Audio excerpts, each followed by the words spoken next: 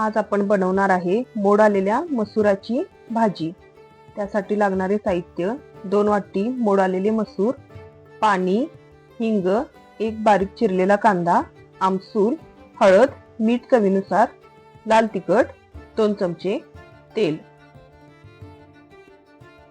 प्रथम पॅन मध्ये 2 चमचे तेल घालून त्यामध्ये हिंग घालून घ्या।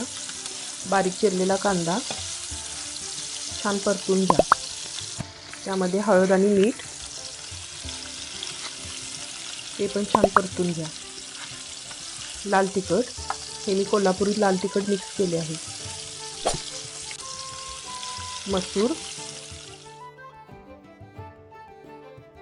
हे पण छान मिक्स करून घ्या। आमसूल त्यामध्ये पाणी ऍड करून चांगली उकळी आल्यानंतर 10 मिनिटं वाफ काढून घ्यायची। अधूनमधून परतायचे त्याला। बघा पाणी सुकत आहे। छान मिक्स करून घ्यायचे।